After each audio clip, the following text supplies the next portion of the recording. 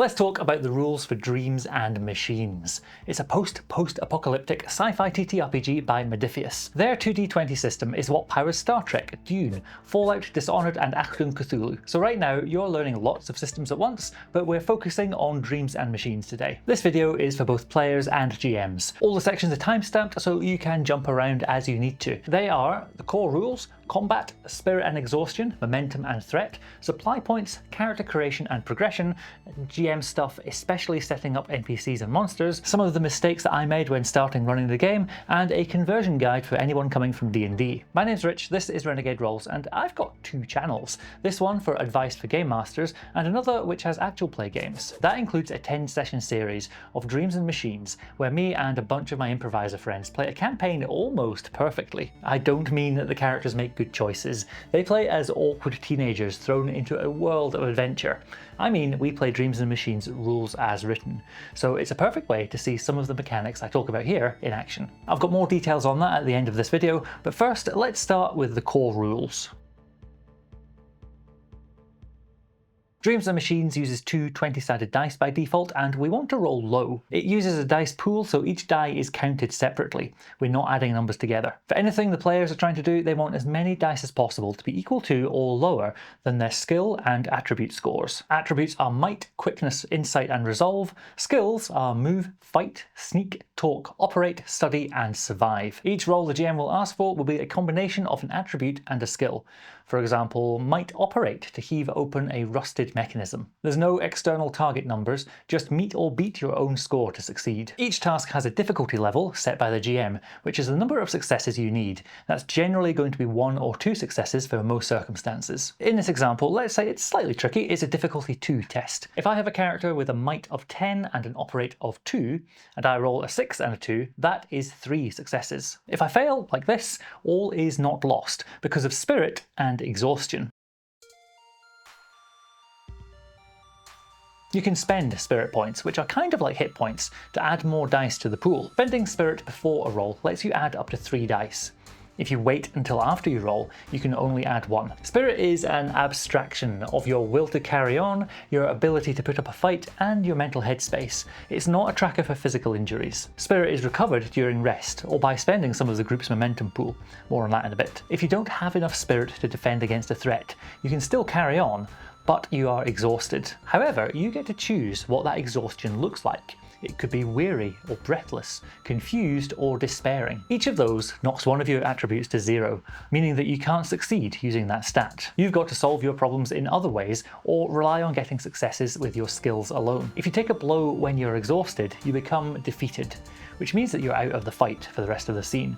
You also gain an injury. For example, if your character was trying to decrypt an ancient terminal and they failed, or rolled a natural 20, which is a complication, the GM might say your character takes damage to their spirit. If you used the last of your spirit, you might choose to take the confused exhaustion type. If you tried again, one last try, surely, this time it'll work, but you failed again, you would be defeated and take an injury. In combat, injuries are predefined by the weapon attack, but in this scenario, the GM might say that your injury is that you sit in a daze, unable to take part in the rest of the scene, unless roused by a friend. These injuries can also be fun to roleplay, but please do check in with everyone around the table about lines and veils beforehand when it comes to portraying mental health issues. Next, let's talk about combat. In combat and action scenes in general, there's no grid or measuring needed. Dreams and Machines uses zones to split up the battlefield. A character can move from one zone to another on their turn easily, and there's no disengage mechanic if there are enemies in the same space. To move further, you can spend a momentum point or agree to a +1 difficulty on your next roll. Combat rolls are contested with a might fight roll for melee attack and a quickness fight roll to defend. The defender is trying to get as many successes as the attacker. At range, with everything from a slingshot to a laser rifle, it's quickness fight to attack, and you need a minimum of 2 successes. To defend, it's quickness and move. If there's more successes on the player's side, they also gain a momentum. More successes on the GM side means they add a threat. If you successfully defend, you can choose to counterattack at the cost of 2 momentum. For the GM, counterattacking costs 2 threat. Either way, it is brutal. It counts as an auto hit, which then does damage. On a hit, either a regular one or from a counterattack, each weapon deals some damage minus any armor, and that total is the number of spirit points that will be lost for the players. Most NPCs can only take one hit, but spending threat by the GM to keep them on their feet is an excellent tactic. Major NPCs like the giant robot wakers have their own personal threat, which is the equivalent of players' spirit. Momentum and threat are really interesting mechanics and deserve a section all of their own.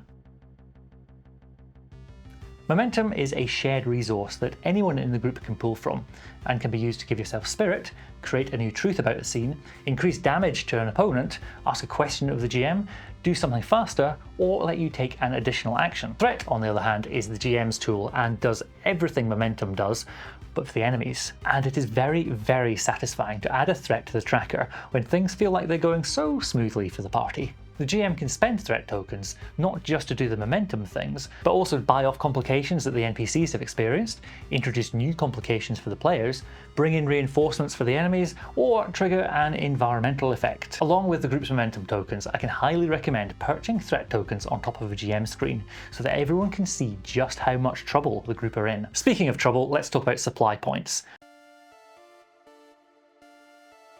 There are lots of ways to get out of trouble, and Dreams and Machines is all about using your ingenuity to solve problems in interesting ways. Supply points are kind of Schrodinger's inventory. They represent all the bits and bobs you've accumulated on your travels, and you can spend them to make useful stuff. When you make something, it's available for you for the rest of the scene. If you can argue how your contraption is relevant, you can reduce the difficulty of a task. You can also make things possible which were completely impossible before. Say you want to create a grappling hook launcher from your accumulated stuff to get up to the rafters. Rather than having to gather rope and a pointy bit and a gun thing, you can choose to make one from your supply points. The GM will decide how many supply points that will take, usually based on the size of what you're making and the tech level. For a cool grappling hook launcher, I'd say it's a fairly big thing, and it's got a bit of tech involved, so 3 supply points. Next, let's look at character creation and how they can progress over time. Character creation through Dreams and Machines takes you through choosing an origin, an archetype and a temperament, and the associated stats and abilities that each one gives you. The origins are Everin, Dreamer, Archivist, Spear and River. Archetypes are Fixer, Gatherer, Grabber, Guardian, Mediator and Tech.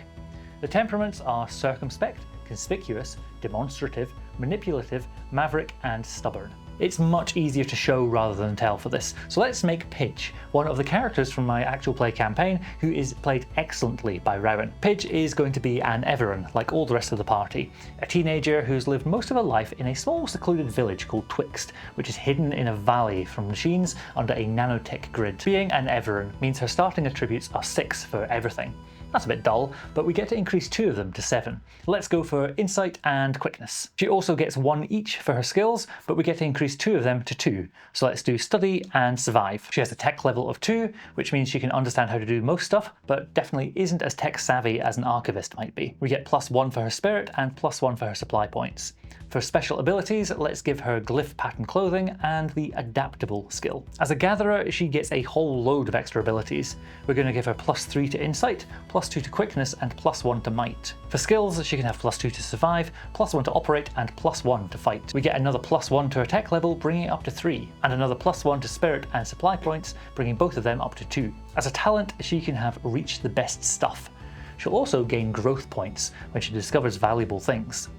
For equipment, let's give her a sling, protective clothing and a survival kit. For her temperament, Maverick is the obvious choice. This gives +1 to quickness and let's choose Resolve, also +1 to fight. We'll need at least 1 supportive bond with someone in the group, and we get a bonus if the GM spends 3 or more threat at once. The preferred Exhaustion type is Breathless, which knocks out the quickness attribute. And this is my favourite bit. If the group faced a problem because you rushed into a situation without considering your allies, you gain a growth. Now, I love that players are encouraged to act up a bit. It leads to some wonderfully chaotic scenes. To finish up, we gain spirit points equal to half of her resolve, and we gain more supply points equal to the operate skill. Characters can change and grow over time, but there's not a formal leveling system. Instead, there are growth points, which can be earned for achieving goals or by acting in character. These points can be spent on stat bonuses, to create a new truth about the character, or to create a bond with someone else in the party. These bonds are a big part of character creation, either supportive or or rivalry.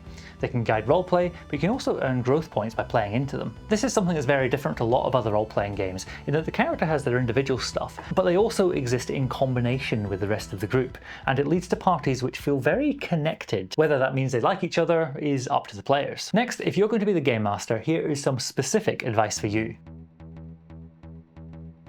If you're new to role-playing games, I'd recommend leaning into the adventurous and exploration sides of the game, with just a little sprinkling of combat. The setting is optimistic and hopeful, with lots of cool things for the group to discover. For your very first game, the introduction encounter in the Quick Start Guide is a good place to start, as it introduces the mechanics to the group gently without throwing everything at you all at once. If you'd rather come up with your own adventure for a one-shot, I'd recommend starting with an adventure section, where the characters can explore, they can roll some dice without any real nasty consequences if they roll badly. Social encounters where they can meet some NPCs are also a good time to practice getting used to rolling dice and figuring out what's going on. For a finale, yes, some combat, by which point hopefully your group are comfortable enough rolling low and you can start to introduce some negative consequences to their actions. Specifically on combat, it's the part of the game with the most dice to roll and the most things to manage. If you've played other role-playing games, you'll notice that the turn order is deliberately a bit loosey-goosey. Players can go in any order they like and the GM can interrupt this order by spending threat. Make sure that your group are all kind people willing to share the spotlight. If you've got anyone who insists on taking centre stage, well, first you should talk with your players. I've got a video all about that, it's worth a watch. Also, Dreams and Machines includes an optional rule for more formal turn order so that everyone gets a chance to shine equally. The NPC cards from the Quick Start box are nicely self-contained with simplified stat blocks and default numbers. You use the default numbers if the NPCs are doing something they're bad at, and a second set of stats when they're doing things they specialise in. In combat for NPCs, that's almost always going to be using their specialist stats. The cards have everything you need to run them in one place, and in the GM's guide they're on one page each, so nice and easy reference. The exception is the major NPCs, which have a full stat block just like the PCs and a whole range of options for things they can do. For these ones, I'd definitely recommend reading them before your first encounter, as some of the abilities can be big. If you're building a combat encounter for the PCs, it's going to be down to your own judgment. The NPCs aren't ranked by difficulty, just split between regular NPCs and major ones. If your group are going to be new to the game, I'd recommend a first encounter with 3 or 4 thralls, and later, once the party have had time to heal, with a small waker. Combat is rarely to the death, so if it's going badly for the PCs, you can always have the thralls to decide to run away, but maybe stealing something important from the PCs as they go. Alternatively, just roll with it and let the PCs get captured. You then get to tell the story of their daring escape. This leads me very nicely onto talking about some of the mistakes I made when first running Dreams and Machines. Number 1 was forgetting to add threat. As GM in combat, you get it every single time you roll more than your opponent, so it can rack up really fast. Also, you should be adding at least 1 at the end of every scene. This includes roleplay, social and exploration moments, so between combat it can add up quite fast, giving you a really nice big pool to play with. My second mistake was making things too easy. I'd usually default to a difficulty 1 or difficulty 2, and then the players would roll 4 successes and they'd be full of momentum immediately. Don't be afraid to make things tough. The players have lots of resources they can use to help make things easier for them, so make a difficulty 4 or 5 check sometimes and let them use their ingenuity. Third mistake was not ramping up complications for difficult encounters. By default, it's a complication if you roll a natural 20, which feels jarring if you've come from other systems, but it's very, very fun watching your players get excited and then realise, oh no, things are going badly now. At any point in an encounter, you can say as GM, well, the complication threshold is now 19, 18, 17, 16, so you can make those complications come up more and more often. It doesn't seem like much, but when used well, it can really alter the flow of an encounter. If you are doing this, I'd recommend having some fun complications in mind. Make a list of environmental effects or have spare NPCs ready to come in as reinforcements for the enemy. Other than those 3, I think I did pretty well on the whole, but I've had a lot of experience with lots of role-playing games, especially with D&D. If that sounds like you, then here is my little conversion guide of how to go from D&D to Dreams and Machines. First, Spirit is basically hit points, and you can choose to spend it for boosts, kind of like Matt Mercer's Blood Hunter, I suppose, choosing to take damage to do cool stuff, but with none of the gothic horror lore around it. Next, the combination of attributes and skills can be mapped to most of the D&D abilities. I'd recommend using Insight Survive for perception checks, and Insight and Talk to cover persuasion, intimidation, and straight up insight checks. but feel free to allow your players to argue to use other combinations. Intimidation could easily be might and talk. Every roll in combat is contested, and players have options before and after they roll, so combat can feel slow. That's okay, as most of your NPCs are weak and can be taken down in just one hit. There's a good balance to be found. I'd recommend having lots of NPCs ready standing by. In terms of how difficult it is for a player to manage a character, I'd say that each one kind of feels like a spellcaster instead of a martial, in terms of the number of choices that they can make and the special abilities and meta currencies that they have to manage. If you're playing with folks brand new to the TTRPG hobby who haven't rolled funny shaped dice before, take it slow and remind them of their options. The Quick Start box set has these really useful cards with the options of what to do on their turn. Overall, I find GMing Dreams and Machines easier than D&D, as there's less for me to track and there's no big numbers to add up. There's also no initiative, so let the players go first in combat, unless you're feeling mean. The vibes are a bit less deadly than D&D. PCs don't usually die, they're just out of the fight. If you are a PC killer DM, then chill out and be a fan of the characters. You get to tell very different stories with Dreams and Machines. At its heart, Dreams and Machines is a game about optimism, adventure, and the connections between the player characters. Those tales that we get to tell at our table with a backdrop of an alien world and giant robots can be incredible.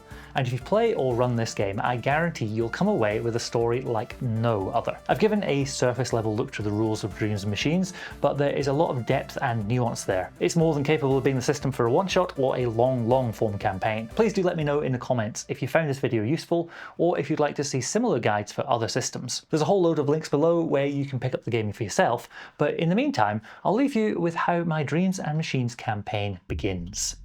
Must be new knowledge to be found and new things to learn. You don't understand. It was a threat. The only threat I see here is you. You ready? Same time? Yeah. Same time. 3, 2, 1.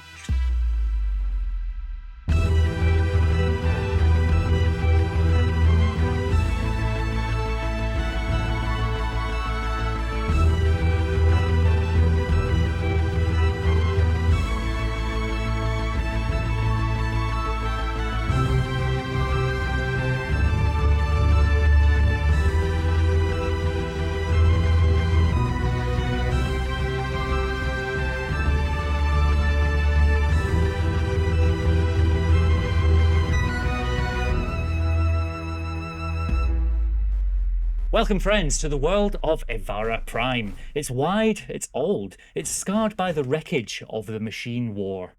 There are rumours of a dark city, rumours of wakers, Titan-sized machines which are moving again after 200 years dormant.